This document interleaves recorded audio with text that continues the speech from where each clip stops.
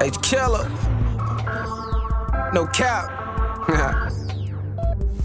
Fuck nigga, no cap. Get back, little nigga, get smooth, thinking that shit rap. Blew a lot of money, but I made shit back. I'm a big dog, little bitch, that's facts. Fuck nigga, no cap. Welcome back to another episode of No Cap, where capping is allowed. But it will definitely be addressed. Definitely addressing all cap. So please don't come on here capping, because we're addressing that shit. What's going on with everybody? How everybody feeling? I'm good, man. Feeling good? You know I'm good. Yeah. I'm going to introduce my people today, man. I got Bald Mr. Six Rings in the building. Yes, sir. Yes, sir. Jazzy Wazzy. What's up, Jazz? Hey, y'all. Hey. Skrill tell the motherfucking truth, Bush. I got my boy Trez in the building. And then I got somebody, a special guest. Y'all see, we didn't bring nobody else to team up with him because his story is big. Don't need nobody else. Don't need nobody else, man. We got Van Lathan in the building. What up? What's What up? my How y'all boy? doing, man? Man. Chilling. Hey, we definitely appreciate you coming through. I told you when we just spoke like a few moments ago that it meant a lot to me that you kept your word. You know what I'm saying? Like, you big time in the media world. Word. You know what I'm saying? Appreciate that. And we ain't made it where you at yet, but you still reach back. So shout out to you for that. I definitely got to give you a good clap back. You know what I'm saying? Because most people will just tell you anything. They'll follow you on Instagram, then unfollow you. Right. You know what I'm saying? As soon as they leave, follow these punk ass niggas, man. I ain't finna be doing all this. So, you know, shout out to you, man. Yeah, man. Gotta do what you say you're gonna do. Hey, did you pick up that character growing up in New Orleans? I'm from Baton Rouge. So Baton no. Rouge. No, Okay, see? School I put picked me it up from on. I picked it up from my dad, man. Rest in peace, my dad. My dad would my dad had a definition for being a man, right? Mm-hmm. And it wasn't like it had nothing to do with, you know, having a dick or how many women you could get, anything. Like, my father had this he was an old school cat. Cowboy hat, horses, hunting. You know what I'm saying? He came up, Maringouin, Louisiana, population like 2,000. Mm-hmm. So to them, yeah, small town, right? Yeah. Moved over to Baton Rouge, had him a family. To them, there were certain benchmarks that you had to meet to be a man, right? Mm-hmm. And one of those things was responsibility and dependability. Oh, fuck. So if you say you're gonna do something, you gotta do it. And if you can't do it, then you just tell people you'll try. Right, facts. So, you know, I remember being a little boy, like everything was a lesson. Come home, my room messy. My dad would be like, yo, you love your mama? I'd be like, yeah, I love my mama. Oh, what kind of question is that? He's like, well, look, check this out. Your mother needs peace in her home. And she can't feel peaceful in here if your room all cluttered. Mm-hmm. Like, if you love something or you want to be something, like, you have to put in work behind it. So when you're thinking about how much you love your mama, think about that as you picking stuff up and making her a beautiful home so she don't have to walk through and see your drawers everywhere. You know what I'm saying? Right. And so for me, I love this culture. And I came in this store, man, and the energy was authentic. Everything that we was talking about in here was authentic. You guys give off authenticity. Mm-hmm. So I want to show love by being who I need to be, by being who I say I'm going to be. That. You got me blushing. Come on, Appreciate man. that. But I will say that about Chicago, man. I'm loving Chicago. Like, I don't do the whole LA is fake thing because the people that I know in LA is solid. But I'm loving the energy around Chicago, man. Just a lot of real people doing real shit. And unfortunately, you know, the show that we're doing is not the most positive show. We're talking about some things that are obviously problematic, trying to figure them out. Mm-hmm. But the people I'm meeting are real stand-up solid people. Yeah. It ain't what everybody be saying it is. It's dangerous. You know, like I told you before. It's the same things going on in Baton Rouge. You know what I'm saying? Of course. Same things going on in Brooklyn. You know what I'm saying? But this is definitely one of the best cities in the country, especially on the food side. Yeah. You been taking advantage of that? I have, bro. Look, man. I saw you at Subway, and I was like, "Come on now." Look, bro. That was a joke. I was just making fun of Jesse. Jesse, like, I'm making fun of Jesse. It's a joke. Right. Nigga. I caught on. Nigga. That nigga hit me in the DMs. And niggas like he quick. Quick. Right. He hit me in the DM like, oh, you done sold out about, but nigga, it's a joke, bro. We gotta laugh at that shit. I I've caught been it. taking up for you for years on that shit. People look at me fucking crazy. Yeah. All right. So if I want to make a joke, just chill. But we'll be all right. Yeah. Right. So what all places you visit while you was in Chicago? Well, we've been shooting the show Hip Hop Homicides with from 50 Cent and Mona Scott Young. So I haven't had the opportunity to like go out and get as much as I would have liked to. But you know, we did Harold's Chicken. Okay. saying? Shout out to Harold. Now I saw Frank say something about that. Now Frank said something about Harold's Chicken, man. he just went to the What'd he wrong. He say? went to the one that we get one food from on 88 down on Michigan. Like I guess Yeah. people don't really like the chicken down there. Y'all just went to the wrong one. So Frank said, Frank said that Harold's is not as good as Roscoe's. He trying to start a whole fucking. Oh yeah. He trying to call Yeah, we beefing with a that. coastal beef. Y'all he trying to start a I whole think thing. nigga taste buds different though, cause ain't nothing really could fuck with Harold's, man. Yeah, that's true. I mean, Uncle Remus is good too. They ain't still ain't. Man, not they ain't nowhere Harold's. close. Oh man, I like that. Ain't nowhere Ain't close. here. bro. Yeah. We got Harold's in LA though. Yeah, it is. Yeah, we Shout got- out to Wayne. Yeah, we got Harold's in LA. It's like, it's a man. Chicago people was like fucking zombies. They was like fiends when the Harold's was about to open up. My boy Yeah. Ari, shout out Ari and Mon Shumper, all of them. Like, damn, they about to bring a Harold's here. Like they was fiending on the shit. Like they was waiting outside the place, waiting for the store to open. Right. So now Hollywood is kind of like getting their Harold's experience and Right. shit like that. Yeah. It ain't about the names, about the batter. You know what I'm saying? with the batter? Tell me about the batter. I don't know about the batter Secret because I ain't no ingredient. cook. Roscoe's like slavery chicken. Right. Don't get on the slavery stuff, man. Don't get on the slavery stuff. Slavery chick. like slavery Harold. Y'all about to start some Harold's chicken like- wars in this bitch. Right. Yeah. I'm telling Harold's you. like city, Midwest city chicken. Roscoe's but have y'all been to Louisiana before? One. home I of been- Boosie. I haven't. Huh? Home of Boosie Boo. Yeah, I went to high I school ain't with know. used Boosie. to go to high school. Boosie used to hoop too, huh? Good You went to high basketball school player. with Boosie? Went to high school with Boosie.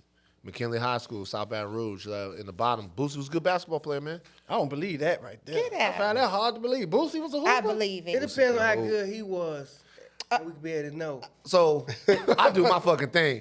Shot. I do just say- I do my thing. But here's the thing, though.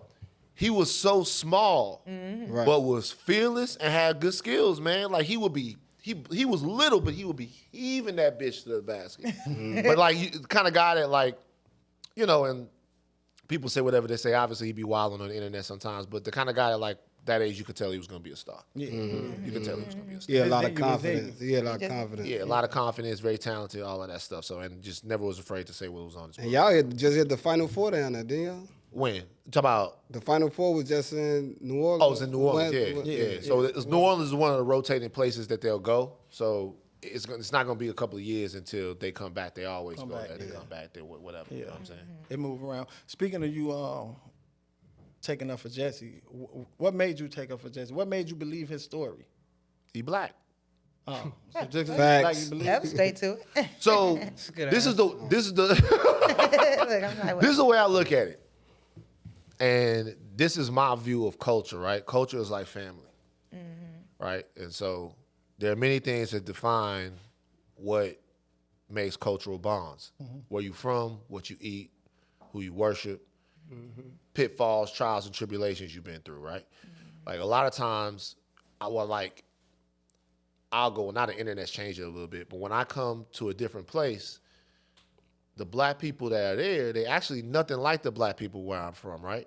Like we eat completely different food, we talk a completely different way, but the thing that bonds us is I understand what the fuck they're going through. 9 times out of 10, right? Yeah. I understand what they're going through. And that right there will make you want to be a part of something that somebody's doing. So with me, you come, you tell me the fucking dude at the thing is racist, all right, fuck it, let's go. Yeah, Right, you're right. Okay. You come and tell me the fucking dude, like the white man that yelled at you or slapped you on your booty, you're female, like, all right, let's go. I'm punching Get him him. up. Yeah, all right, let's go. He like, now, I'm rise for mine. once we get there, I'm gonna be like, yo, Tell that story. tell that story. Right. And then if the shit don't sound right, Yeah. Mission incomplete. Right, right. and if the shit don't sound right, oh That's fair. man, you done brought us out here. That's fair. Yeah, but the shit don't sound right, then we riding on it. But if you come and you tell me you went through something like that, I'm on your side. So you like Pop How so? when he was riding past the two off white dudes. Oh, and jumping he on had the to get black out guy, and get jumped it. out and Yeah, he yeah. handled that business. Right. I He mean, didn't care who the black man was. All he saw was two white men on the black man. right. Yeah, we like that too. So We we all ride relate with to the struggle. Right. Hey, when my man said who came on here, he say, if we ain't willing to die with each other, we wasting our time. That's Right. right. Like we got to start standing side by side as black men. You know what I'm saying? And you know what else we gotta be willing to do? We gotta be waste of willing time. to live with each other. Yeah. Yep. Cause like, I'm gonna be honest. For black people in this country, the dying been easy. Yeah. It's the living that's been hard. Yeah. Agreed. Yeah. Like since we was brought over here, they brought us over here to die, Fact. to toil, to like, man. Sometimes I watch like science shit, right? I'm curious. I watch science stuff, and I'm like, they're testing out vaccines. It's gonna help everyone, right? You know, they're testing out medicines, therapeutics that are gonna help everybody, whatever. And they're testing them out on like lab rats, mice, whatever. They don't care if the lab rat dies. They don't care if the monkey dies. Like Elon Musk trying to put the chip in people's brains. Right, right. Deep. They putting the chip into people's brains, right? But in order to test it, they have to test it in a primate. Right. So they take a monkey. Which is They take a monkey. They put the chip in the monkey's brain. The monkeys die. They've killed like half a dozen 24 monkeys trying to put the chip in people's But brains. they still trying to put that motherfucker in there. Maybe they'll figure out how to do it and it'll be great. Maybe they won't. I mean, what's the chip for though? The chip would be human so robot. right. So essentially, if you believe in what they're saying the chip will be able to do, there are people who believe that at some point human beings are going to be able to live to 1,000, 1,500 years. Okay. A human robot. Exactly. Singularity. Precisely. You put you combine that chip and everything that it can do, it might tell you 5 years before any signs of cancer showed up in your body that they are manifesting. Okay. It might be able to regenerate nerves in your spine or keep stem cells coming through your body. It might be able to do all kinds of things, right? So the implications are limitless, but in order to do it, somebody's got to die, and it's the monkeys. Essentially, for America, they realized America had to happen, right? They realized America was something that they had to do. And the people that they said had to die for America black to people. exist was us. Right. We were the ones that they said, okay, well, we have to have plantations. Yeah. We have to have buildings. We have to have all of these things. Free labor. We have somebody got to die for it in order for us to get this head start, and it's been us. And it's been like that every single step of the way. And for us, sometimes having that sort of having that cultural example or being under the thumb of white supremacy like that, sometimes all we know how to do is die well. Yeah. And we'll talk to each other about, yo, man, the biggest thing I can say for somebody growing up in Baton Rouge is, yo, if shit jump off here, I got you. Like if we somewhere and shit jump off, I got you. If they start busting over there, I'm gonna get in front of you. Meaning I'll give my life up for you. On an everyday basis, how am I living for you though? Right. On an everyday basis, what am I doing to make sure your shit is a little bit easier? When you start your business, and because everybody like Gucci, everybody like Louis Vuitton, everybody like all of that, are you wearing the shit that your cousin started? Because Louis Vuitton, I'm not dissing nobody that spend money on that. You know what I'm saying? I'm not. Preach. I'm not dissing nobody. Them white people been rich 200 years. Right. Facts. Gucci. Yeah, they've been rich forever. Forever. Ever. Louis Vuitton, Moet Hennessy, right? LVMH, Bernard Arnault, the leader of that. One of the top 5 richest men in the world. All type of shit. All dog. types of he shit, is. right? Or one of the Yeah. top 5 Louis richest men just in the one of his Yeah. light joint. Top 5 richest men in the world. Louis Vuitton, Moet Hennessy. Ain't been a white person that told me about any of those. They used to put the Hennessy in my fucking bottle because I was an unruly baby. They used to put the Hennessy in my bottle to calm me down. You come from this shit. I thought with you Right. being on like TMZ before, I'm like, you know, Of course. and then I started figuring out like, shit, this same nigga one stuff. of us. He human. Right, he human. Hey, Louisiana. Right. Right. Louisiana. So I look at them and I'm like, well, fuck, man. I hope that somebody is starting a thing that's gonna make us $100 billion in the next 30 or 40 years. I hope that when it's there, we can recognize it and support it. You know what I'm saying? Yeah. That's why I was rocking your shit. I got pressed for rocking your shit in Inglewood, by the way. Yeah. Yeah. Yeah. Inglewood Barbie pressed me. Yeah.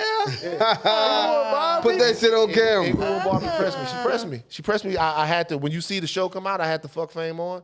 Because that hoodie fit amazing, bro. Right, You know yeah. what I'm saying? That hoodie make me feel like I'm a sexy nigga or some shit. You know what I'm saying? Hoodie fit amazing. I saw you. And so I had it on, and she pressed me about it. She was like, Sarcastically or serious? Right, we want to know. sarcastic. Sarcastic, okay. Sarcastically. She's like, why you don't like that? It's history behind that. Right. You know what I'm saying? See, and just let me know, because we walking through, bro. No, ain't nothing bad. This I'm like, personal, bro, This a personal relationship with me and her. Right, You feel me? So right. when it go bad, it go bad. You know Right. how it go. But Yeah. I just say one of them niggas that be gossiping and I knocked her off. I ain't doing all that. I said it, but that's what happened between us. You know what I'm saying? So it's there. You feel me? So What a buck button. That's Amazing weird. lady. God. Amazing no, lady. good person, but Amazing we had a lady. personal relationship, so it'd be like, I don't have no issue with her. I love her. Oh, and by the way, look at me, TMZ in it. I'm just saying. Look at me. I'm not trying to. Next thing you know, people hey, I heard you was talking shit about Nas. No. But this ain't the first time this happened. Right. My man invited me to his birthday party. He say, pull up. I got Inglewood Barbie here. It's going to be a good look, both of y'all. You know what I'm saying? I pull up. She got out the picture. Oh.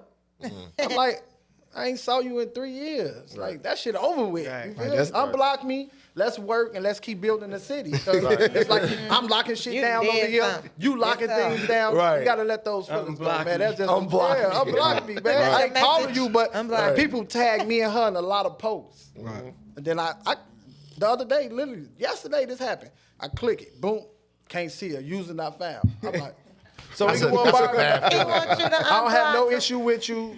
You still my homie, man. You Right. know, the past is the past, man. Right. But Aw.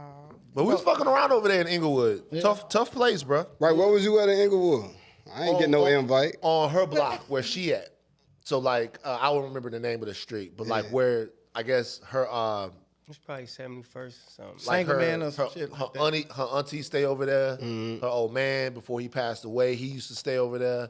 Like, just everybody was up and down the block. Everybody knew her. this Inglewood, he from Inglewood. Yeah, Oh, I'm okay. Yeah, What yeah.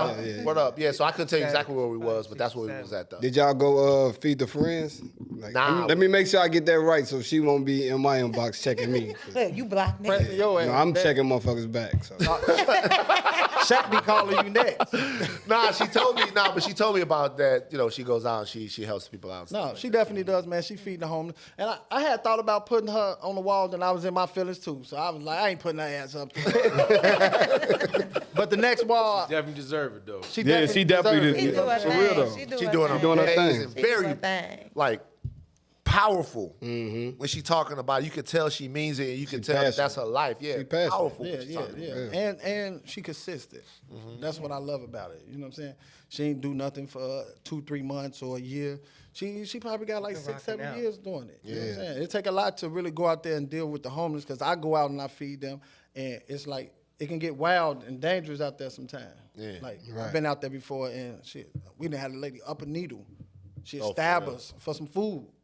You know what I'm saying? So it get wild out there. So Word. shout Right, out and to you her. you get criticized for doing so you know what I'm saying, so much good for motherfucker. You know what I'm saying? Like people be like, oh yeah, you doing shit for alternative reasons, like hidden motives. And she get that shit a lot. Anybody else who's doing a lot of shit positive and consistently get that type of shit too. from Chicago, so you know we known for just tearing each other down. You know what I'm saying? So we do that a lot here. I ain't never saw nothing on her. I ain't gonna lie.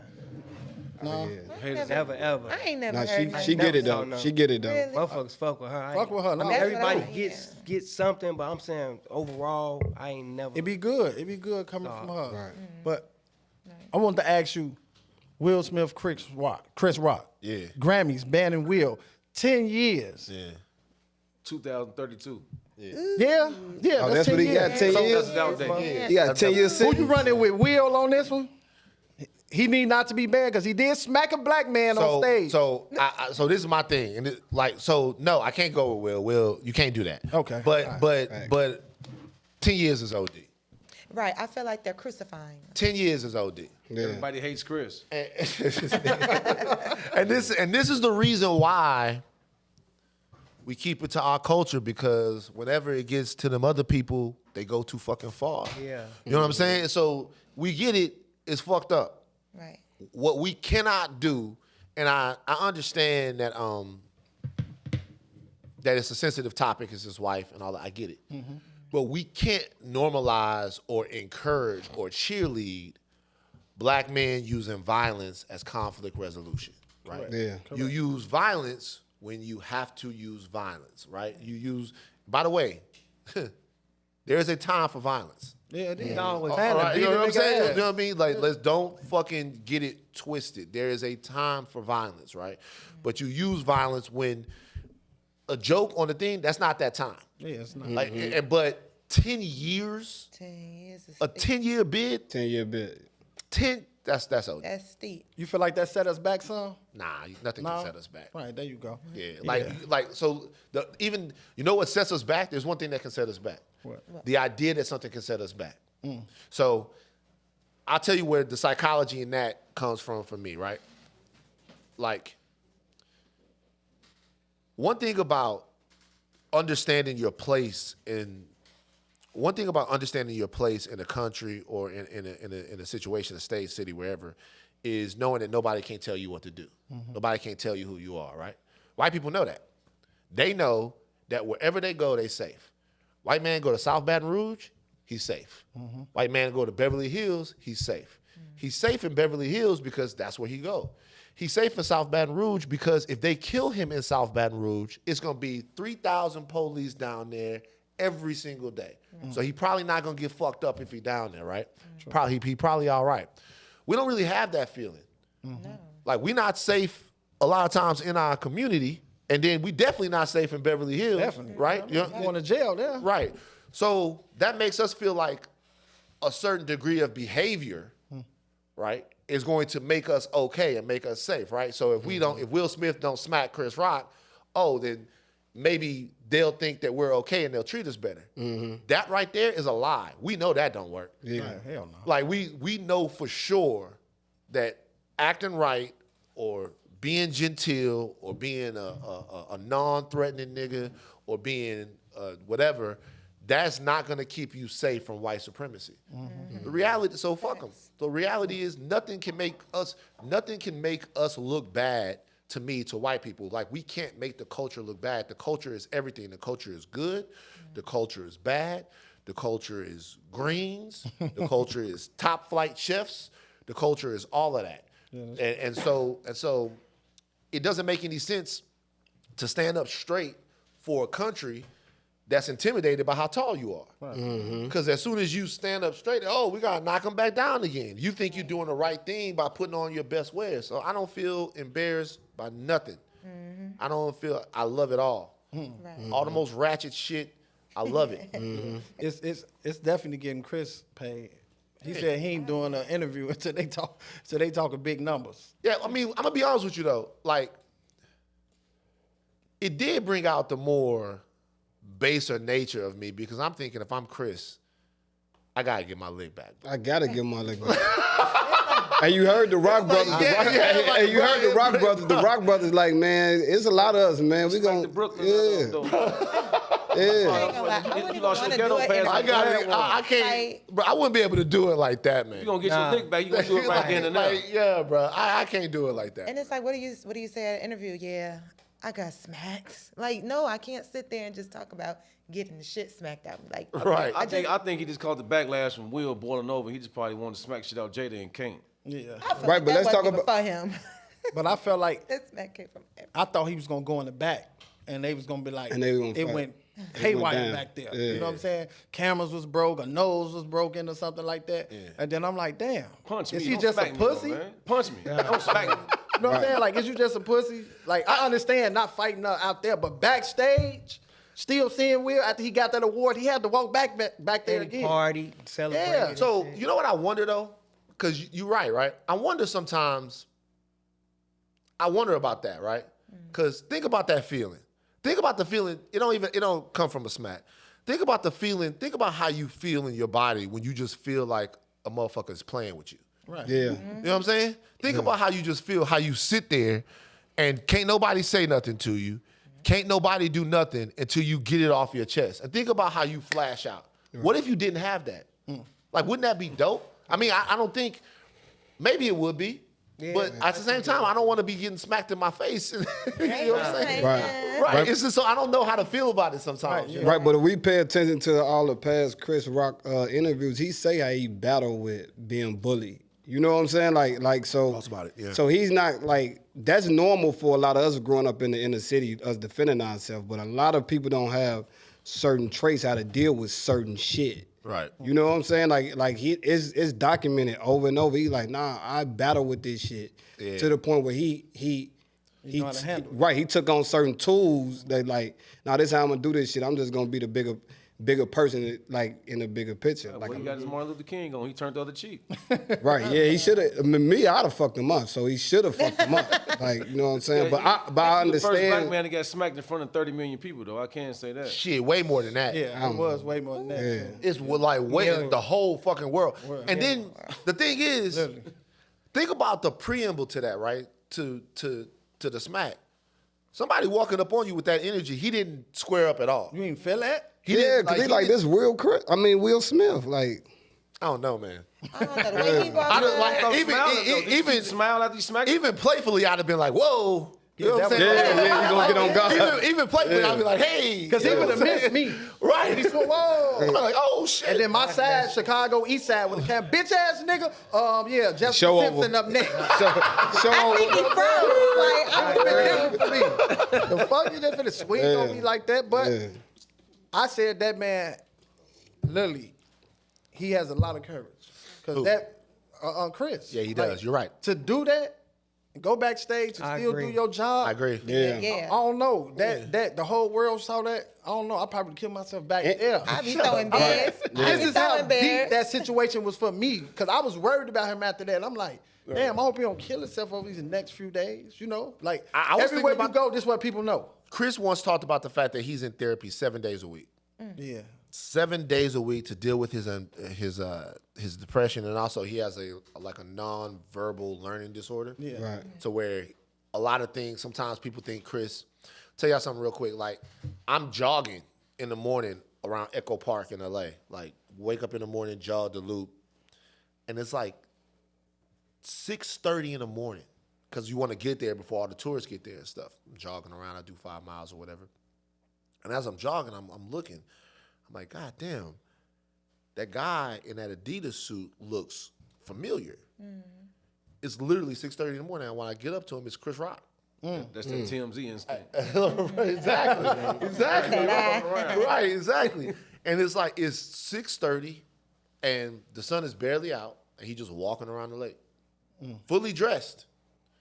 Just walking around the lake. I hit Charlamagne, I'm like, hey, bruh, like, on my run, I just saw like Chris Rock early in the morning walking around the lake with like holding something in a plastic bag. And Charlamagne was like, bro, yeah, you know, he does a lot of things to make sure his mental health is right. Before the smack or after the smack? Exactly. This is years ago. This is maybe like 2-3 years ago. So I'm like, That smack set him back. so what I'm saying is Okay. he does he's been open about the fact that he struggles, and so I really am concerned. Like, you know, Yeah. make sure we check on our brother. I mean, Right. his ass made it to like 50s plus. His ass good. Some niggas get smacked. Nah, That set him back.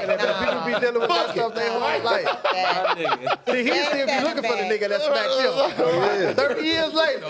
Nah, it's gonna happen right there because you could be a gangster or whatever and swing on me first, and you might miss though. But if you do connect, I ain't gonna be looking for you. I thought the scene was It's gonna gonna turn happen out right like the there. 5 Heartbeats when they ripped the Right. sleeves off each other, got the rolling on the ground. Yeah. I was ready for that That's what I'm shit. saying. I just was like, I think this shit was fake. But when Will did smile, I said that, but I also said, damn, that was that bitch ass. Release, yeah, it was the You know what I'm saying? It release. felt smile. good. Because sometimes revenge feels fucking good. Oh, it always feels good. Yeah, it does. It's just like selfish, right? Yeah. The difference between revenge and justice. Justice is about harmony. Revenge is about making yourself feel better. Yeah. You know what I'm saying? So like even in that situation, look at that situation, right? So think about how Will Smith, and this is when you talk about like the way we deal with each other as black people sometimes. Think about how Will Smith was feeling, right? So Okay. nigga goes on TV, says he been fucking his wife.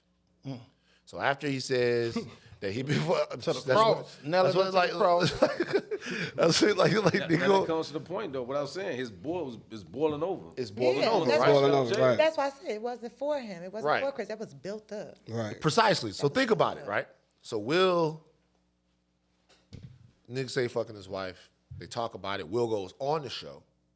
They talk about it. And then, myself included, we all have fun with it. We make jokes, right? So shit is wild. Yeah, it to is. be honest with you, shit crazy. Yeah, yeah. Good for TV. Yeah, good for TV. So shit's wild. So for that's 2020, 2021, whatever that was. So for a year and a half, Will Smith is hearing he's weak, Jada running over him, they did this. He's being emasculated everywhere he goes, right? People are looking at Will Smith in a different way, looking at him as a father and a husband as a different way. Woman running all over him. He feels small. He feels that, right? What happens in the moment that he smacks Chris Rock? So in the moment that he smacks Chris Rock, he does what we do sometimes. He transfers the pain. So we don't work through the pain or get rid of it, right? We just give it to somebody else. So now Will hits him, bam. When he's walking back off the stage, everything we thought is gone, right? Now he's the big man. Fact. He's the protector. He's the dude that stepped up and did all this. He's this. But on the flip side, there is somebody in that situation who ended up being emasculated, being a weakling, being the guy who can't defend himself. Hurt people. Right. And so Wife name. out your fucking mouth. So when he does that, everybody's like, ah. So now you have a situation to where Will's the big guy, Chris is the small guy. The way Chris Rock is feeling, the best thing he can do is not take that out on somebody. So the best thing he can do is just work through it. Whatever pain he feeling right there, just eat it, deal with it, and kind of don't give it to He him. knew Muhammad Ali was gonna beat his ass if he would have fought back. Yeah, that Muhammad Ali flashback. But don't that say the morals that Chris Rock, even knowing the script and reading the prompter and seeing it, and could have just let it go on past without even saying it? Talk about the joke itself? The joke itself. It's another conversation. Like, Like what is his principles? You know what I'm saying? Like, cause that's now he know what a brother going through. Like he was going through with his infidelity things he's going through when he cheated on his wife. Yeah, that wasn't the first time that he did that though. First time, you know what I'm saying? And So he a comedian. You got to bypass that though if you know how we're really feeling about it. yeah, look. I was on TV for 9 years on a show that don't do nothing but make fun of people, right? So I don't have very much, I don't have very much room to talk. But I will say what I did understand, and one of the lessons I did get, get from being there is that what you say about people, it matters to them. You don't have enough. There's nobody. I know y'all. People think it. People think they got so much money, they're so famous, they don't care. That person doesn't. Yeah, that's exist. You know, that just remind me of. That person doesn't Definitely exist. not. Remember, They the most say, insecure what people. kind of- They the most insecure Rob, people. what you say? I went and got surgery, so y'all wouldn't talk about me like you did Rob. That was real. Like, that was real. Like, he was I was right there. He was like, I don't want you guys to do me like you doing Rob Kardashian, so I went and got liposuction. You know what I'm saying? So, like, that's real. So, They care. You know, in that, they really give a fuck. So, but having said that, they comedians, man. Yeah. So since we talking about let that slide. right, so since we talking about mental conversations, right? What about anxiety? I saw on an interview you said that it took you 10 years to fly. Because Yeah, I did you fly had- for like you 10 had- years, yeah. Right. You had anxiety problems and Well, after 9/11. Nah, we was on this flight one time. First of all, I never like to fly. I'm a country boy. I'm connected to the land. so how you get to Chicago? Well, I flew this time 'cause, like, after the Ye shit. So after the Ye shit happened, my manager was like, "Hey, you about to pass up probably $250,000 a year by not flying." Next flight. They like, don't worry about it. First class. Next flight out. It's like just to let you know. Back to Baton Rouge. I can get you booked here to talk. I can get you booked here to do this. I can get you booked here. It's like now you're gonna really seriously have to deal with this. But for me, fear and anxiety. Like, I started having anxiety attacks. I was like 24, and I didn't know what they were. Yeah, I think I'd be having anxiety attacks too. Like this show gave me anxiety attacks for a little while. Oh, for real? Yeah, being in front of the camera and mics and shit, I ain't used to that. Okay. All right. Now we know what the fuck you did. Calm down, bro. You like, you ain't got to make an emphasis on I'm having an it. aha moment like Oprah say. Nah, we been getting on his ass lately. Yeah, So, like Oprah said. yeah, we got to stop the. I apologize, man. There you go. Bullying the shit out here. Look at that. But like me and my boy, so my cousin basketball player, he Glenn Davis, like he played for the Celtics, Big Baby. Yeah. Yeah. Big baby. Damn, Y'all kind of looking like that. That's my cousin. That's my cousin. So That's what's up. when he was still in high school, we were driving on the way to me and my boy Ryan. We were driving on the way to watch him play in the state championship game, right? And we smoking. And Cigarettes.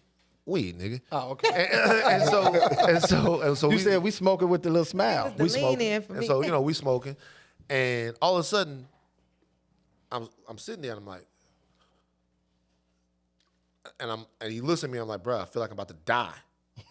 And he was like, nigga, you can't. I'm like, nah, bro, seriously, like, pull the car over. Pull the car over. My heart rate spikes, right? And I'm like shaking. I don't know what's happening. I just feel like something bad's about to happen. So we're there. We're in Breaux Bridge, Louisiana, very small town. And so I'm telling the people this, and all of a sudden my mind goes blank and I lose the time. Like, I don't know what happens. The next thing I know, a helicopter is landing. And they put me in the helicopter and they airlift me to the hospital because they think something's wrong with me physically. Yeah, that wasn't weed. Right. Mother shit. Show. So by the time I get to the hospital, I didn't calm down, whatever. They looked at me. They like, everything's cool. You're good. Go. It started happening all the time. It started happening all the time. Really? Yep. It started happening all the time. Like, it got to the point to where one time I called the paramedics. The paramedics came out, and it was the same paramedics from the last time. And they looked at me. They were like, hey, we got to do something about this. So that's when I started going to therapy. That's when I started trying to figure stuff out. And it also was a time in my life where there was just so much death. I don't know how we made it through it.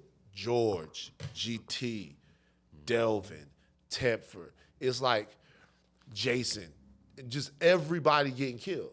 And it was so many people. It was just nuts. And we was just acting like it wasn't a thing, but it was bothering me. Yeah, normalizing. Yeah, it was bothering me. I was like, I'd be sitting down and be like, yo, have y'all thought about the fact that, like, Jason is dead? Yeah, that's accurate. Yeah, and they'll be like, I mean, I know that we all just, but like, Jason dead. Like, he's dead. Never seeing them, hearing them, or nothing again. And my homies would be like, I mean, what you want us to say? I was like, I don't know, man. Sometimes that shit just be fucking with me. Yeah. Yeah. You know what I mean? Like, this shit just be like, It's mentally draining. yeah. Right, and people think you weird for feeling that way. Like nah, like Like, it happens. you ain't no. used to this shit by now. Yeah. Especially in Chicago and the level of violence we that goes experience. back to though. PTSD though. You know what I'm saying? Because we There you go, that's used the to word, the yeah. environment. Like, we see death every day, and we were like, well, okay, well, somebody got shot. We walk right past the body and like, man, so all right, let's go to this club. Yeah. You know what I Man, mean? niggas just had a PTSD, funeral in the you deal club, with it. man. Yeah. You know how we See rock. that shit? He had a funeral in What's the his name? club. Go up. Gunu. Gunu. You know how we rocking. Our coach, DC. Our coach is vicious. Yeah. And then everybody Had his talked about body them, in the club. and Like- everybody talked about them so bad. Same It was all shit over to the me. media, but the mom and them was like, "This what we This what you want. wanted This to do." what this how he'll want to go." You know what I'm saying? Yeah. I mean, I didn't really see the big deal. It's like, It's regular funeral to me. it's like we in New Orleans and Louisiana, we dance. You know, we second line. It's Second like- line. Yeah, so it's like, I get it's a little weird. Like, I don't want to look, you know, when my dad passed away, I didn't Doing even, it in the church. I though, never it's just even in looked the at his club. body. Same Right. So shit. it's the Looking same at a thing. dead body in new clothes. No matter how you. But I'm on flip it. motorcycles and everything though. You know what I mean? And they had them Some standing up. motorcycles. And they had them Okay, standing see, up. that's See, I didn't know nothing about That's it. different. Yeah. So I'm thinking y'all. standing up. So I'm thinking y'all saying he like in a coffin. But that I've coach- been Man, there. they patched him up. Oh, he's standing over the crowd. Okay, y'all on done seen his nothing head. off of that. But the Nigga had whole a It was thing the beard about funeral jacket in the on. club for his. See, y'all don't even remember, like in Celebrated 1986, life. in 1986, Pookie Stokes buried his son in a glass Cadillac with 10,000 each hand. Yeah. Yeah. Who was that? We remember that. One Gang of the old drug, hustlers. one of the old hustlers from But Chicago. he wasn't standing up in the club. He was laying down in the and he glass. had something Playing in his Lil hand. Boosie. What he have in his hand? Playing Lil Boost. He had something in his hand though. They put something No, in his hand. that ain't Money in no- his pocket. Money in his pocket. And he had a mirror on and that's stuff the like thing. that. He was the whole nine. They had the whole shit on him. Him being decked out don't It's the bother- same thing. I'm talking standing about a up. real glass casket with Eldorado spoke rims on it, 10,000 each hands, ring on every That's the finger. This is same shit, Dad. You 1986. sitting in a car like you driving. 1986 though. Okay. Same shit. You understand what I'm saying? I said 1986. But that shit ain't been done since 1986. You know what I mean? 2002, Like, so that's what I'm still saying. weird. This shit's still here. Right. We doing it, bro. Yeah, but you know that's what they wanted to do. So you know, But the anxiety though, it comes from That's why I'm talking about the mental part of it. the anxiety comes from just, it's no good way to deal with that. That's not normal. yeah. I mean, you could get used to it. You get used to anything, but like, it's not. Even in like Iraq, like my cousins come back from Iraq. He's like, yo, bruh, he's like, give me a chance to get my bearings back. I've been seeing people with their arms and legs blown off and stuff like that. It's not normal. So It just got to me. And everybody else dealt with it better than me. Right, It got to exactly. me. It fucked with me for a long time, and I had to learn ways to kind of deal with it and work through it. You know what I mean? Okay. You been having any anxiety since you been here? Not really. None in Inglewood? You like I'm it here? surprised. I love You'd move Chicago. here. I Chicago, love Nah, I don't Chicago the think bomb. nigga, he ain't think he finna move here. So this is why He ain't taking this cold. This is why I would not never ask do. that. What if he question. get him a little place just to go back and forth? I will. I said that because I love Chicago. See? I'll be real with y'all though. Y'all the toughest niggas in the world. I don't see how y'all- Every winter they shit on our face, don't bro, we? I don't see how y'all niggas deal with this weather, bro. Oh, my yeah, God. Different. Yeah. Bruh, nuts. Yeah. Like, it's insane. You talking about yesterday? I'm talking That's about like whenever it freezing. was. Yesterday's light still. Hey, remember I was in the car. cold. I was Heat cold as on. hell, It was though. cold. Freezing. It was cold. We're doing the interview. cold. We're doing the interview last night, and I almost turned violent because they changing camera lenses and shit like that. I'm like, yo, whatever the fuck y'all gotta do it. We sitting next to this river, and I'm trying to talk. My fucking feet is cold. Everything is fucked up, and I don't have the right shit for that. So if y'all telling me it's gonna be beautiful like this, love the city. Beautiful, gorgeous, but I don't do well with the cold. I came from Louisiana, I moved to California. So Oh, it's a yeah, little yeah, different. yeah. You ain't. Hey, yo, Van, speaking of violence, I saw a video. I ain't saw it in a while. Why was He know what he corporate getting to. America able to make that light-ass video look like violence when it was Oh, clear yeah. that it was not even a piece That of shit was violence? weak as hell. How did that, was, like when did the tape come out? After they lied? Or like how was that able So- to rock like that? The tape came out. What he's talking about is the reason why I got fired from TMZ. It's like Correct. So, once again, story starts. PTSD. This is how the story starts. Tell y'all about it. So the story starts is we doing a story on Hurricane Katrina. I don't want to talk about Hurricane Katrina ever again. Like I start crying right here. I don't want to feel talk it. about the hurricane no more. I feel you. I don't want to talk about my aunties and them dying. I don't want to talk about people losing their homes. I never want to talk about it. I don't want to talk about George W. Bush. I don't want to talk about none of that shit. Nothing tied to We it. do it. We do it early in the show, and it comes to me that like, oh, you know, and I tell them, I say, yo, when this gets done on TMZ Live, do not bring me in this conversation. I do not want to talk about George Bush. I don't want to talk about who's friendly with him, who likes him. I don't give a fuck. Never in a million years. I see George Bush, whatever. So like it's a sore spot. I'm 25 watching people die. They do it anyway. Yeah. You know, so the story comes. So the story comes. Me and Mike, we talking about it, and then it's okay. It's good natured. It's going back and forth. Mike Babcock, the guy that I got into it with, is a good guy. Yeah. He's a conservative. I don't have a problem with diverging thought. That doesn't bother me. Me and him were really great friends before. Then we're great friends Work now. friends. Work friends, yeah. But like in the conversation, I started feeling played, like we talked about before. Like I started feeling played. My emotions was already high. Like I started feeling played, and I walked over there to be like, yo, like do not talk to me like this, especially when we mic'd up on TV, right? And what I did was this, like I'm coming over, and so I don't have to yell at him and make a scene in front of the whole office. He's doing the show, so he's sitting there. So I put my hands on his shoulders just like that. And I'm just like, yo, hey, like, seriously, I'm gonna tell you right now, don't you ever in your life, ever fucking talk to me like that in front of all of these people. I'm like, Mike, I'm not playing with you right now. I'm serious. Right? And that like and that's what I'm saying. I'm doing like this. If you watch the video, No, I have the video. I saw that. I saw that. That shit didn't look aggressive at all. If you watch the video, Probably like I'm checking you, but it don't look like. I watched the video. I tapped him. I walk away, and I said, "Yo, I meant what I said, by the way." Because Charles, who's right there, Charles is laughing, right?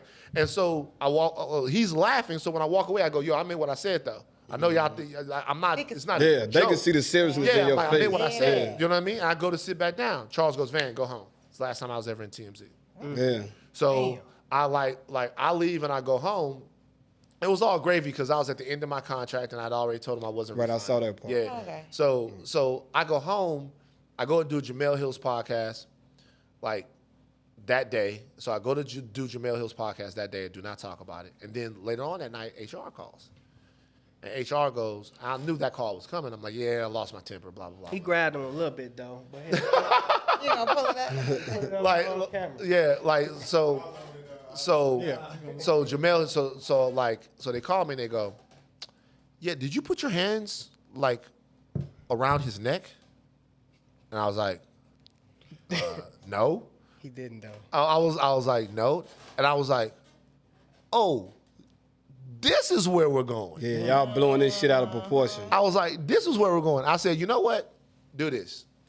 I said, take a poll of everybody in that office and ask them if they think I would lose my temper, flip out, and hurt anybody in the office. I said, ask my coworkers. After I got fired, my coworkers threw me a going away party. Yeah. They were like, and Mike came to the party.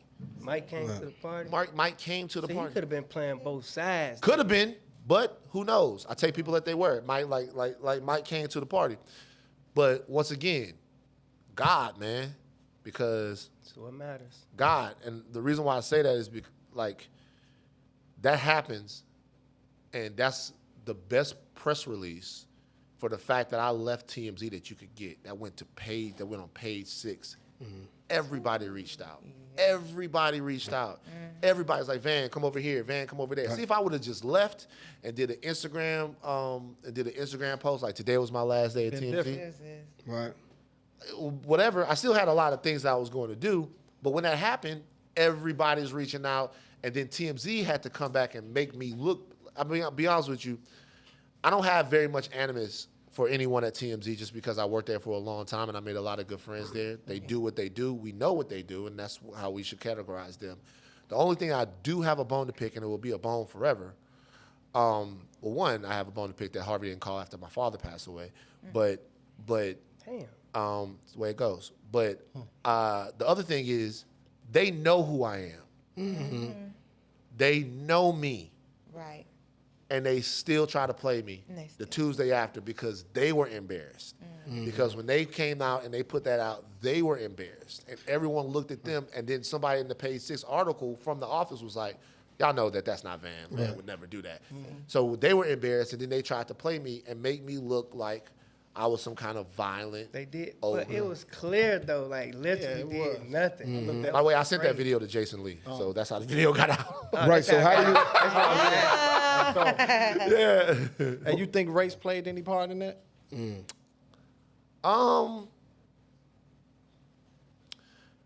Not directly. What you mean? So I think this is how race played a part in it. I don't think they understood how much the culture rallies around you, like when you get into a situation. So race played a part in it because, like, literally no one sided with them when it came out. And because they weren't ready to take that type of heat, they then mischaracterized me. They did not do that specifically because I was black. And the reason why I know that is because in my time at TMZ, the one thing I will say is I was given an abundance of opportunity. I was promoted Don't get me wrong. TMZ is a racially insensitive and incendiary organization.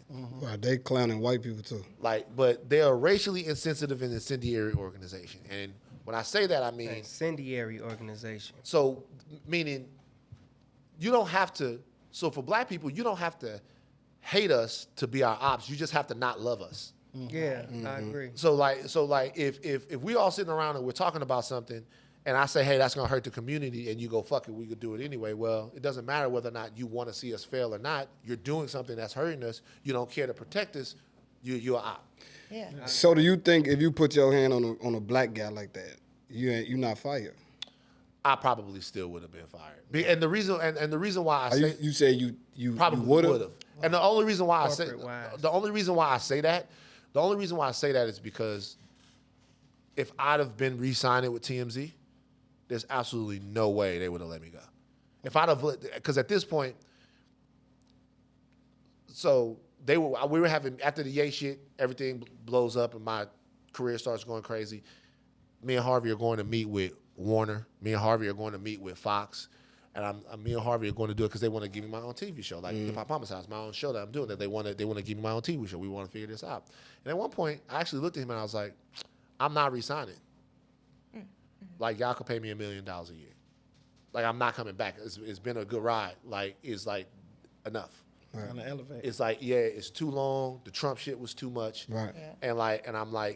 I was like all love. I'm going to do better things. So if they would have thought that they would have had me for X amount of more time, It wouldn't have been. They- So how is it coming from working with other people on TMZ to doing your own thing with your podcast?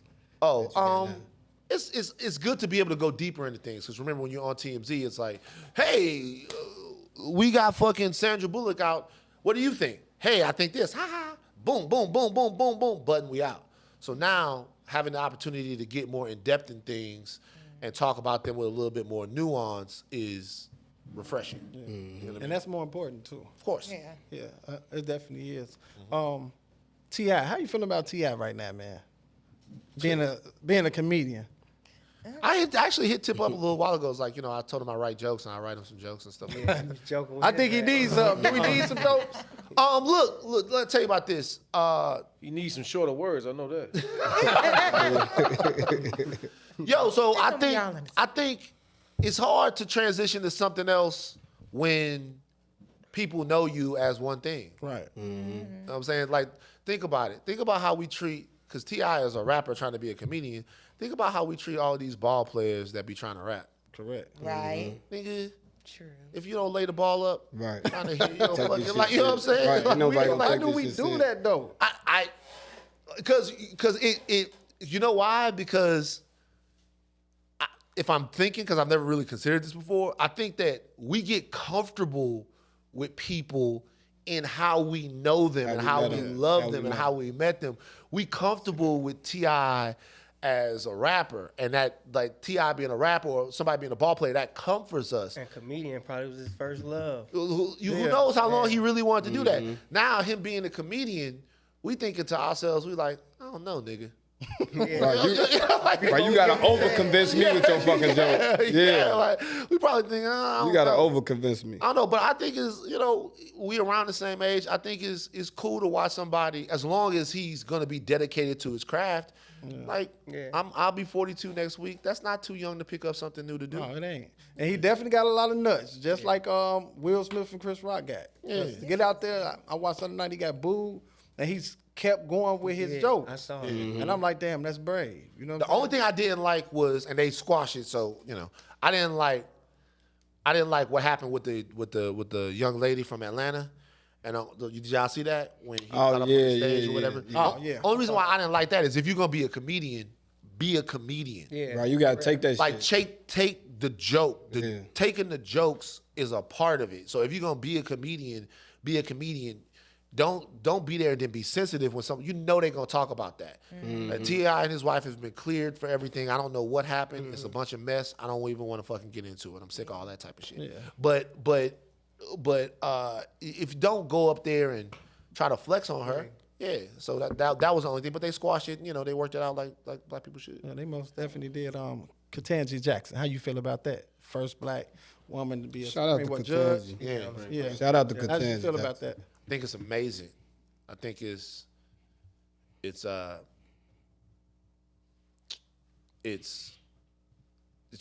transcendent. It's a really important moment, not just for black people, but it's an important moment in the history of America. America has a big task, and the task is to be who you say you are. Yeah. The ideals of America aren't things that we made up; it's things that they made up. Yeah. And so they made up, and then at the same time, they have just never even attempted to be who they say they are. So Never That's a fact. and so the reality is we got to keep pushing, and we got to keep taking situations like Ketanji Jackson as progress that maybe the landscape of America can change. However, to this, President Biden appointed a black woman to the Supreme Court. That's fantastic. Let's talk about the dynamics of this. Let's talk about it. The Supreme Court is 6-3. Okay? The Supreme Court is 6-3 right now in a conservative majority. That means anything that comes to the Supreme Court that involves something that's not a conservative talking point, it's going to be hard to get it passed, right? Yep. So Ketanji Brown Jackson's appointment to the Supreme Court, while being on the one hand, it don't mean shit.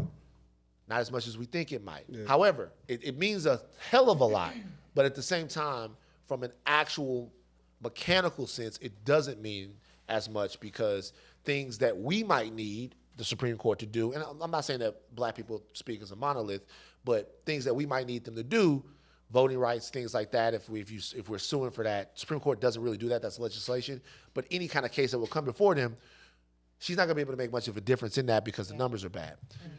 That doesn't have anything to do with her. She's qualified, she deserves to be on the Supreme Court, and she'll inspire a generation of young black people to endeavor to be on the Supreme Court.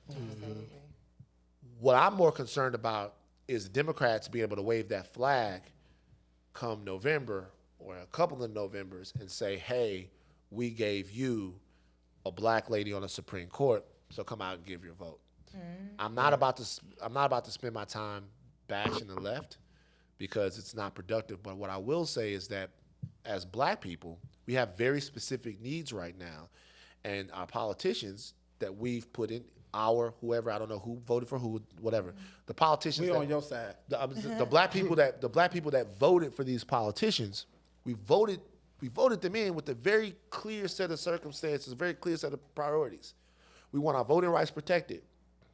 We need economic development and growth in our communities. Niggas voting off ethnicity though. They ain't voting off all that shit. But what I'm telling you is that, and then on top of that, we need some type of system to control killer cops, the George Floyd Violence and Policing Act. So what we need people to do on our behalf is go do the shit we elected you to do. And having a black lady on the Supreme Court is fantastic, but voting rights so we can vote, all right, so that we're not disenfranchised. Police reform, I'd say dismantle them, but police reform and economic development in our communities on a federal level. I want to see the United States of America look at black people and say, hey, we realize that you are a valuable part of the culture of this country. And because we realize that, we're going to invest into you. Right. And they've done that, and people think that America hasn't done that. Bullshit. They've done it for almost everybody else. But us. Gave away millions and millions of acres of land to white peasants coming across here, and so that they could then develop parts of America. The Homestead Act, right? Gave millions and millions of land away. And when they gave that land away, they didn't just give the land to the people. They gave them what was under the land. So if you were in Oregon or San Francisco or somewhere like that, and you homesteaded and you struck oil, now everybody's rich for fucking ever. We built the country we have never ever been invested into. All of this shit that you got, you did it on your own. Nobody helped you. And so what I'm saying is now we're at a crucial point in American history where we need to be honest about what we need and are owed from the country. And stop talking around it. And we need politicians that are... Right, that's why they say elections got consequences. They do. But they also should have benefits. Yeah.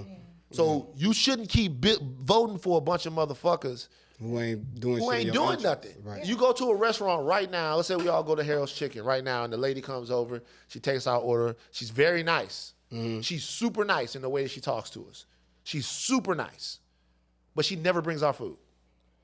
We go back 4 years later. We sit down. We still hungry. We talk to her again. She's great. She's nice. She tells us all of this stuff. She tells us why she can't bring the food out. How long are you going to go hungry until you either build your own establishment or go somewhere else? Our people don't talk about shit but voting, man. It's over with. Well, we have to vote. But more so in local elections. Because you could like what I'm going to do eventually, and I know what I'm gonna do eventually is, I'm gonna move back to Baton Rouge, right? After I didn't live the LA life to the fullest. Right. Chicago for a little bit. Chicago for a little bit, this summer. In the summer. I'm gonna move back to Baton Rouge, and the reason why I'm gonna move back to Baton Rouge is because Baton Rouge is a community that I can actually influence. It's 55% black. It sounds like you running for something, man. You gonna run for some office or something? Nah, man, I watch too much porn for that. But You can't put that on them you computers. know what I'm saying? They're gonna look at his computers like, oh, big butt bonanza. Nah, you can be the president. and so it's like no. You can't. He be watch the porn president. too. That's why he You know the vibes. You know the vibes. definitely know it. You know the vibes. He be driving watching porn. He different. Trust You me. about to hit something, go test it up. Oh man. But so y'all know what I'm. So I don't mean to drone on about it, but we just got to make sure that I go back to Baton Rouge because locally in Baton Rouge, there can be a black mayor.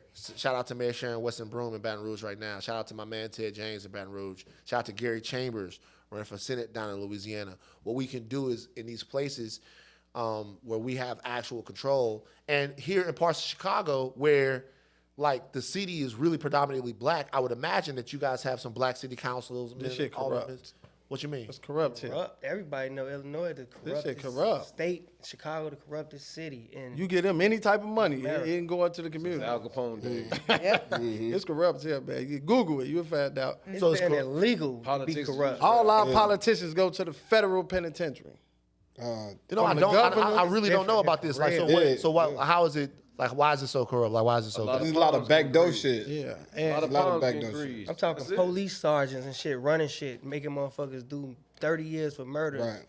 just forcing them, and then they convict him for doing all that shit after he died. Like, And then Blagojevich was caught on wiretap trying to I sell remember that one. Obama's seat. You know what I'm saying? Like, so it's corrupt the here. mob run here, I think. I don't know. Yeah. I don't get into So all the that, dailies, but all that's it's come something from like the close. Do y'all are there like younger politicians that might not be like around my Jamal age? Green. Yeah, them Jamal they don't Green.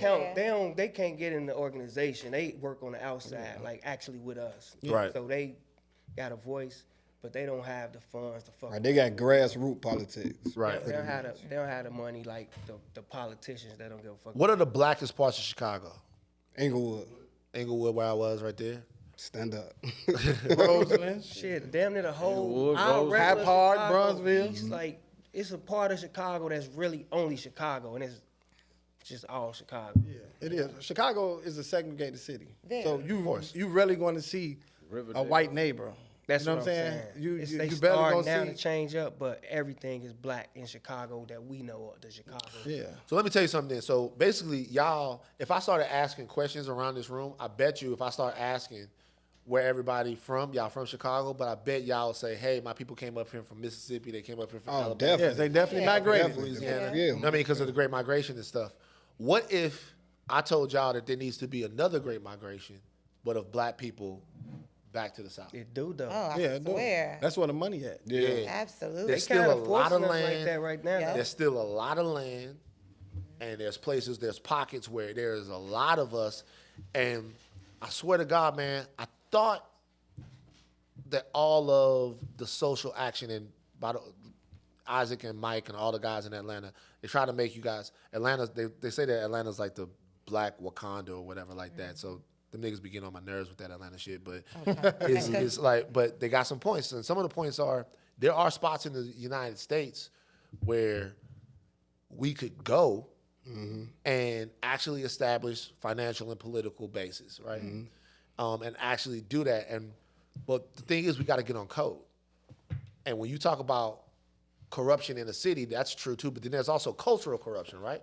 Because if like, and that spans everywhere. Because if somebody right now come over here and they start talking fast, and this is kind of what people talk about when they talk about the money that Black Lives Matter got. Now, I'm not here to talk about those people because, Yeah, we like, know. well, like, Yeah, we know what's going right. on. I'm not here to talk about those people, but some of them I know to be honest. I know that they're honest, right? There are some. I don't know what's going on with any of that stuff, but With what that mansion? All that shit. but I'm telling you, people like Alicia Garza, like who's one of the founders of, I know that she's honest. I know her to be honest, right? Like, so, but what I'm saying is that, like, She affiliated with. well, she left them in 2017. But like, but what I'm saying is like, we're always on guard for who gonna rip us off. Yeah. Yeah. Yeah. That's Yeah. facts. Hell yeah. And so it's like Yeah. we look at the situation. So when we do this, that's why everybody got to pull their own weight, right? When we decide how we gonna get rich in America and get free in America, we just have to have cultural trust and not fuck over each other. You know what I'm saying? Fat, Crazy, Tired. Yeah, the book. How did you come up with that? Cause okay, so this is what happened. So I used to be much fatter. Then I got Man, you ain't even fat. huh? You ain't see all them comments when you said you was fat? Yeah, but you look, was being funny? But look, I lost hella weight and I kept the weight off. And then the pandemic, like really after my dad passed, I gained some weight. But the book is about how they want to keep black people. America wants to keep black people fat, crazy, and tired, right? Yeah. Like we are places of food deserts. You know what I'm saying? Like food deserts, that means we got to eat the food that's readily available to us, and it's not always. That's why I love these brothers opening up juice bars in the hood. I love talking about, even though I'm not like a CMOS nigga, I don't know what that shit does, but I love the CMOS people. Just give us some ways to nourish our bodies. Yeah. The crazy part comes from what we talked about. Like, there's no possible way that we are going to go through some of the things that we go through and not have some mental issues we need to work out. Like it's facts. My uncle Mark, rest in peace. He went to jail, and he went to was gone for a long time. My whole young life, he came home, and I remember talking to him. Me and him played basketball. He's an amazing basketball player, 6'6", beautiful man, right? But like, I remember talking to him, and he just had lost all ability to. He was too institutionalized to like he needed somebody to tell him everything. He needed my dad to just completely help him. And that in and of itself, think about how many of our brothers come home, and when they come home, Exactly. there's a special type of mindset that they have because You gotta adjust. they gotta adjust. For a while, I didn't even know the streets of Chicago for a while. Cause I was so in and out of this too. People like, damn, you don't know how to get downtown. I'm like, yeah, let me put my GPS on. You see what I'm saying? Like, it's a learning curve, you know what I'm saying, out this world. Freedom is hard. And you don't want to expose that because you don't want to feel judged. You know what I'm Right. saying? Like, Right, and now know what they should do? This is what they should do. When somebody comes home from jail, and this is one part of the mental thing, because that's hard on everybody mentally, right? When someone comes home from jail, you know what America should do? America should say, all right, you made a mistake, but now you're home. This is what we're going to do. Make sure that you got the clothes you need to go on a job interview. We're going to make sure people know. We're going to make sure that if you want the opportunity to be a productive member of society and be somebody like that you have that chance. They do the actual inverse. They make it harder for you to do everything. Exactly. Like they like they do the actual inverse. And so for me, looking at all of these things, I'm like, and then the tired part comes from dealing with all of this shit is a lot. Like, I'm sitting in Roscoe's with one of my homies. I think I told you the story. I'm not gonna call his name because he ain't with us no more. And we sitting in the Roscoe's, we eating, and he goes, "Yo, Van, if it goes down in here, how we gonna get out of here?" Oh, yeah, you told me that. I'm like, what you mean? It's like if something happens in this bitch, like how we gonna get out of here? Like, he's like, I'm telling you straight up, I got it on me right now. I'm gonna hit this window, boom, get out the window. I'm like, that's exhausting. Yeah. It's Like, like you, sit it's like you down, always eat it. on. You're It's like wrong, like- it's right. It's like mentally you always on. But that's the thing about like the Chicagoans when we migrate, like you said, go down south, go to another city like Houston, Atlanta, we get to turn off. Right. You know what I'm saying? But in Chicago, if you don't have these motherfucking wheels turning all the time, you feel like, you know what I'm saying, like you in some type of Don't get caught lacking. exactly. That's our favorite thing. Y'all right invented there. that term. Right. Yeah, Yeah. no, we did, Yeah. man. Shout out. Well, rest in peace, Lil Mister. He invented that. Yeah. Oh, you was But, gonna but safety is more important than anything, regardless of where you at, because people is crazy. You got to be able to watch your surroundings. I mean, in the black man world, I say that because white folks, they ain't living like that. Even if you ain't been through shit, white Yeah. people they pay attention now. They ain't going to see what that noise come from. They running just like black people. No, they going to see that noise. They're going to They going to see that noise. They're going to see it, but Folks going. like they're going to see it, but it's still different. They're going to see, and that's what the book is really about. The book is about safety. Fat, Crazy, and Tired are all unsafe ways to be, right? And it's about being safe in your mind. Like, to me, most gangster rap songs are actually about safety. That's what they're about. And I'm gonna talk to you about something that me and you said something to me when I left. I said something to you, and then you said something back to me, and it stuck in my mind. But so like I was listening to the 50s first, the classic 50 shit. Yeah, Richard Not Trying. So I'm listening to him, Classic. right? And he says, they say I walk around like I got an S on my chest. Now that's a semi-auto and a vest S on my chest. All right. So think about what they're saying. I thought about this a couple of days ago while, like last week I was on the plane, listening to the song. Think about that. Think about the psychology of that line. So they say I walk around like I got an S on my chest. Who got the S on their chest? Superman. What is Superman? White man. White man, but he is the safest man on the planet. Bulletproof. Nothing can hurt. Nothing can hurt Superman. Yeah, he's Superman. Superman can breathe underwater. Superman can breathe in space. He fly. He can fly. He is Take bulletproof. bullets. Superman doesn't get sick. Nothing. So what 50 Cent says in the first line of that song is, they say I walk around like I'm safe. But then he says, that's not what makes me safe. I'm actually not Superman. What makes me safe is a semi-auto And a vest. on my chest. And then he says, I try not to say nothing the DA will want to say in court. So he's talking about how unsafe he feels. He's talking about the fact that I gotta be safe from bodily harm by having a vest on my chest and a gun. I gotta be safe from the police by not saying nothing on this record that could get me locked up. He's telling you right now that what he really wants to be is that idea of Superman, and the way he'll get that is by letting you know he'll hurt you. You walk into a place, you 30 deep. You letting people know if you fuck with us, we'll hurt you. Fuck you up. Fuck you up, right? We'll hurt you. When I left here the other day, I said, stay safe. What'd you say? Stay dangerous. Because there's more safety and danger for a black man than there is definitely. actual safety. For a black man, an undangerous black man, America has absolutely no use for. Yeah. They don't like it. They want you to be dangerous, and we want to be dangerous because we want people to know that there is a cost for fucking with us. And so when I'm writing the book, I'm exploring that. I'm exploring what it means for me to learn stuff from my mom, what it means for me to learn stuff from my dad, right? Like my pops, I was like, I'm with my dad, I'll tell you a story out the book. One of my dad and all my uncles, my dad goes, hey, you got some pussy yet? I'm 15, right? And the answer was no. And he goes, he goes. No, that's how you said it. Like, I didn't say no. I didn't say nothing because it's me and all of these men who are like gods to me, right? These are like, we hunt, we fish, we shoot. I got for my 7th birthday, I got a breakdown 410. Like What's that? A rifle? Nah, it's like a shotgun. Oh, okay. But it's like one shot, so it's like a 410. Boom, put it in there, bang, duck hunting, right? So everybody else, I would be in the backyard, 8, boom, boom, boom. By the time I was 13, I was a crack with everything, proficient with every single weapon, right? And so these guys, they were the best shooters, the best riders, the best hunters. So I looked up to them like that. So I'm looking at them, and they're like, "Yeah, you're a Lathan."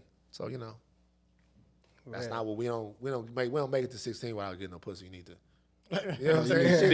You need to speed this shit up. Right. You need to Speed this shit Like, up. you okay, son? we don't make it. Okay, so Like we don't fucking make with it. the other side? Like he's like, never that. Like he was like, you need to get some pussy. So you know what happened? Whereas most kids would have just laughed that off, I obsessed about it. Right. Yeah. You know what I'm saying? Now you got that shit right. Like, That's your badge of honor. yeah, when most kids would have laughed that off, I obsessed about it. So now, because my dad told me that my manhood was wrapped up in having sex with a girl, I looked at every girl not as a person, but as my access to my manhood.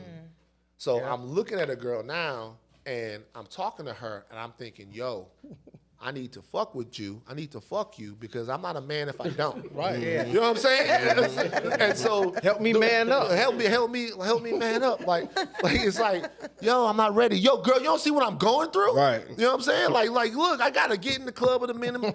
And what'll happen is, I think that's more prevalent than we think. After a while, we objectify women and use them as a means to achieve what we think we need to be. And we thingify them. And by the time we realize that's too late, that's fucked up. We 30, 35 years old. We didn't come away from it now, whatever. So I look at my father, and he wasn't trying to hurt me.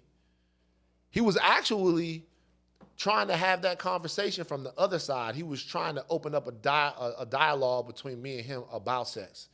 Trying to open up a dialogue. Birds and the bees. I still ain't understood that fucking He was story. what he was trying to say was, I know you want to fuck. I know you want to do that, and that's okay. It's okay. Yeah, you know what I'm saying? I'm like, I know, because you get to a point to where you know, you want to be around these little girls and whatever. And then you get to a point to where it's like, nah, I don't want to just hang out with you anymore. Right. Nail There's something. things I'm trying to do. I want to rub on that. Yeah, I'm trying. Things I'm trying to do. That's the It's not thing like niggas we be not doing. like it's like yeah like it's not it's and so he was trying to let me know that that was okay, but in doing it in the way he did it, he actually made me like hit the gas pedal and like you know what I'm saying. Took off. I'm You like rush I'm like fucking yo everything. I'm freaking out about it. I'm like yo bro man hey bro man where the hoes at bro, like seriously I gotta get this off, like I don't want my dad to look at me like this. And so the book is really about ways that like things that I learned about myself through exploring the situations that had to do with me, like dealing with my weight, dealing with my family, dealing with losing my father, because my dad died while I was writing the book. You know what I'm saying? So like my birthday's coming up next week, and people are asking me what I want for my birthday. I'm like, you know what I really want?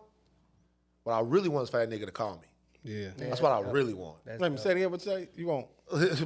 my dad. Oh, okay. Yeah. That phone call. Yeah, so what I really want, and so what I tell people is like, there's no birthday this year. We're gonna skip a year. I don't wanna do it. That's deep. Right. So how many years you been gone? It's the first year. It'll be a year Oh in July. yeah. Okay. Yeah. Can we talk about getting fat? I don't want to talk about that, man. That's deep. You Can we want to talk about getting Oh, fat? can we talk about getting fat though? It's a point Sure. for talking about getting fat. Okay. Right? Can we, because you said something, can we make it valid, or would it be an excuse if we said that America kind of can force a food addiction on you? Well, yeah, yeah, of course. So like, yeah, so you're right. So learning how to eat is you don't learn how to eat, you unlearn how to eat. Right, because we programmed already Hey, to eat. culture is part of it. Like, so I'm from Louisiana. It's like, we like to eat. So there's a point in my life where I have to care about my body when I started playing ball and stuff like that. So I have to unlearn that, right? And then you have to seek that out. What we need to understand better is like what we're eating for, and like what we're doing and why we're doing it, right? So for me, food is comfort. And food is comfort because I was taught that. Like food is comfort because when somebody dies, they give you some food, right? When we all sitting around playing Madden, whatever, what we do, we have a crawfish boil, we do all this, it's all sitting around feasting because that is part of our lineage. Back in the day, all we had was the scraps that was left over, and we had to make them taste good, sit around and enjoy one another. And we don't eat intentionally a lot of times. But we all eat like that. So how do we label and separate the addict? Like the like we talk about like drug addiction, sex addiction, sugar Gambling addiction. addiction. Yeah. We don't talk about like that food addictions disorder. exist. Oh, it definitely And this does. culture is Well, it heavy, and we absolutely don't does. talk about it. Like It definitely does. The way you talk about it is number one, identify it. Like I realized when I was a food addict, like I cried because Bennigan's was closed. see what I'm saying? what I'm That's saying? a true story. Like you. I told you, you heard that one? No, Yeah. I'm asking you, like, are you my bullshitting? nigga. So Because- my nigga, I broke down, bro. Like, bro, Sorry for letting you bro, addiction, like, look. I was working at Best Buy, right? I told this story on last shit, but like I was working at Best Buy. Yeah, appreciate you. So I was working at Best Buy, and I'm like, when I would leave the Best Buy, I would go to Bennigan's, and I would get like the big ass Bennigan's chicken tenders. He cried. I'm telling you. So listen. I would get the big ass Bennigan's chicken tenders. I would get the mashed potatoes, and then I would get the fries. And I had this trick that I would do, to where I would call and act like I was calling somebody and act like they wanted something to eat, and then I would order it so the people at Bennigan's wouldn't think that I was ordering all that food for myself. While you were working. No, how while you- I was at the Bennigan's. So I would leave Best Buy, go to the Bennigan's, Gotcha. and then I would get all of this shit. I'd be like, hey girl, what's up? They got some brownies over here. You want an extra large brownie sundae? No. Damn. And then they'll be like, yeah. I'm like, give me a brownie sundae. And the woman at Bennigan's do is she's like, nigga. So what happened was, one day I had my heart set on it. This was a time in my life where I was telling you I'm losing all of my homies, and the only thing that made me happy was food. That's the addiction. The only thing that made me happy was food. And it's the same way, bruh. Same way. It's the same way when you wake up in the morning and you think about how you're going to get high that day. When you wake up in the morning, you think about how you gonna bust a nut that day. When you wake up in the morning, you think about how you gonna gamble that day. Yeah, whatever. And while I would wake up in the morning, every morning, not just food be a part of my day, it was my day and everything was around that. Yeah, man. So I go there. I'm forgetting that it's Christmas Eve. Binnigan's is closed. So, so I get off work and there's one car in the parking lot. When I'm off work, I can see it. I'm like, oh shit, maybe somebody in there. Maybe they still got some chicken tenders in this bitch. I'll go over there and I'm knocking on the door and I look and I sit in the car and it wasn't because of the Binnigan's. It was just like a combination of everything. I just lost it. I'm like, yo, what the fuck are you doing to myself? I was 375 pounds. If I close my eyes, that's a cocaine story. I needed it. I needed it. Hey, It's tough that's real. Gee, that shit true. So this probably like 7-8 years ago. I was dating this girl, and I broke up with her. I cheated on her and shit. And she literally went into. You cheated she on broke her up and with you. then broke up This with nigga her? a savage. I know y'all caught that. You cheated I broke up and with her. then I broke cheated up on her. with her. Okay. And I just realized I ain't want to be with her. Like, you know, when you come back and you be like, yeah, I'm sorry, woo woo. Then it was like, you know what? I don't want Fuck this. it. So she literally Savage. tried to eat herself to death. Huh? You know, normally people get small, Yeah. and she After just a was like, breakup, yeah.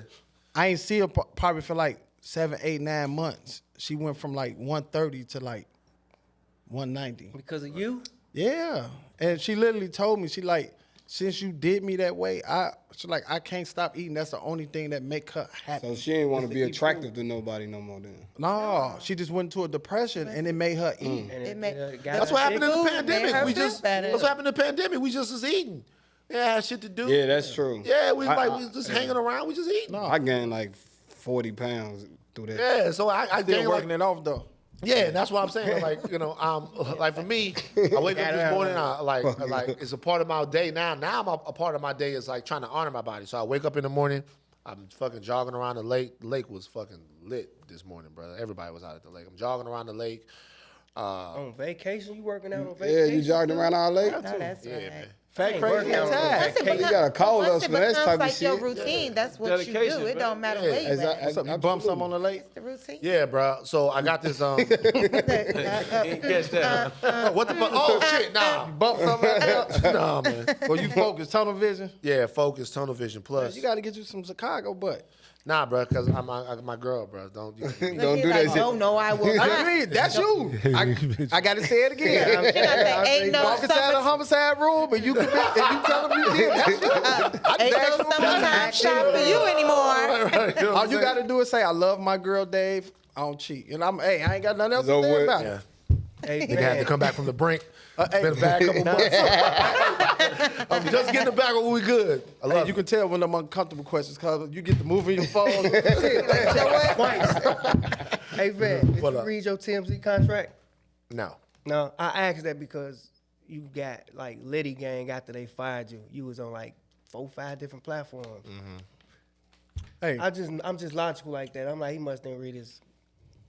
I knew Great you question. did. It's a great question. No. so you don't know none of the clauses or nothing that was in I it. know it now, but during the time, it was in a situation. This is what happens. I was basically like a rapper. Like during the time, it was like, yo, hey, we got this fantastic situation. We're gonna put you on TV every day. We're gonna raise your pay by this. And I was like, oh, fucking right. So I read it as much as I could. But what I didn't do at that point was, but I didn't understand it. So reading the contract is not you reading Yeah, it. yeah. So you can't read You your got to shit. comprehend the situation. Yeah, reading your contract is having somebody else read it who understands it. Now, it doesn't matter what we're doing. Like, I sent it to Daryl. Daryl redlines it. I've never once sent a contract to my lawyer that he liked. Never. Never. Every contract has had to have some work done on it. And so, like, I've never, oh, we're good to go. No, always. No, always they redline it, right? And so I realized that, to your point, when Hooters wanted me to come judge a bikini contest. I'm like, this is great. You know what I'm saying? Still thinking like when you was 15. You know what I'm saying? You know what I'm saying? I'm like, this is great. And so I'm like, yo, I'm gonna leave and go judge bikini contest, and they were like, "You can't do that." I was like, "What?" I was like, "They want you to do it because you're from TMZ?" I was like, "Yeah, no." Strict. I was like, "What the fuck you mean, no?" No. And I had somebody say it. I say this every time.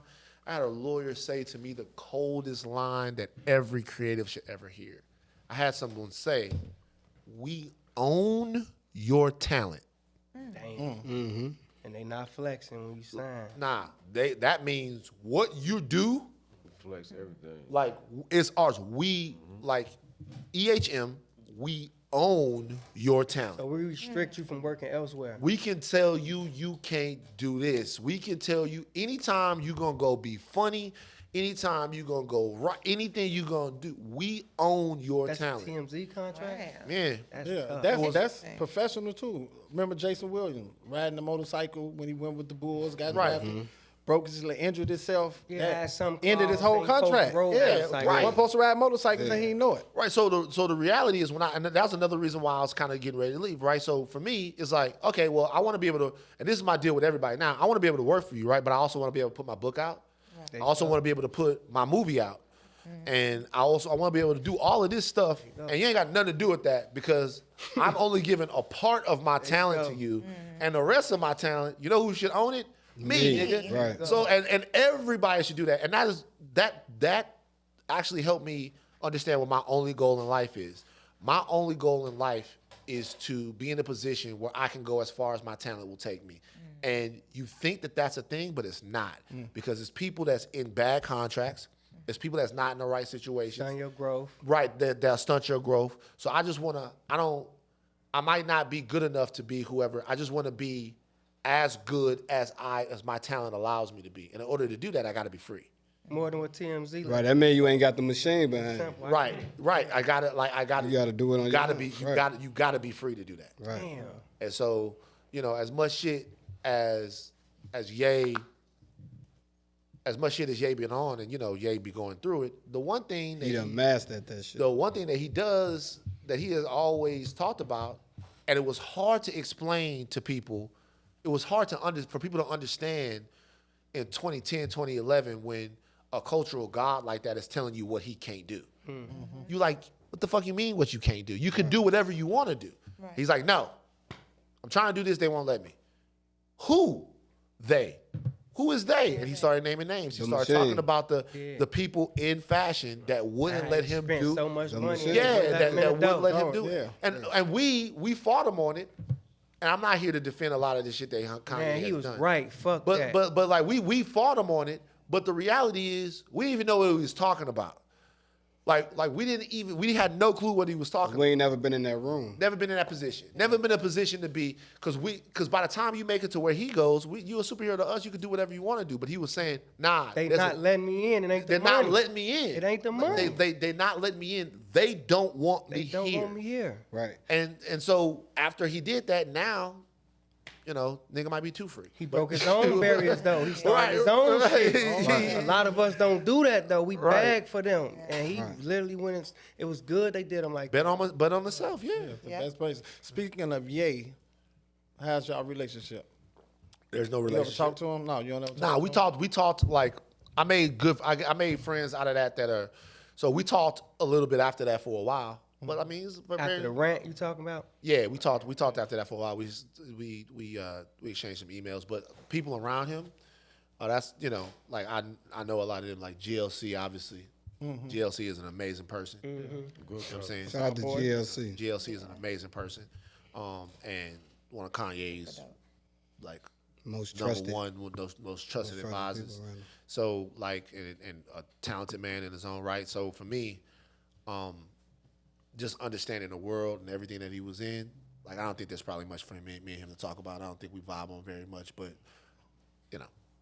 It is what it No is. big deal there. So no cap. I wanted to ask this as a new podcast. You got any pointers for us since you've been a vet in the industry like you are?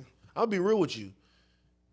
Like the vibe is unmatched. Like the podcast gonna go up. I mean, if I was gonna give pointers, it would be more about what not to do.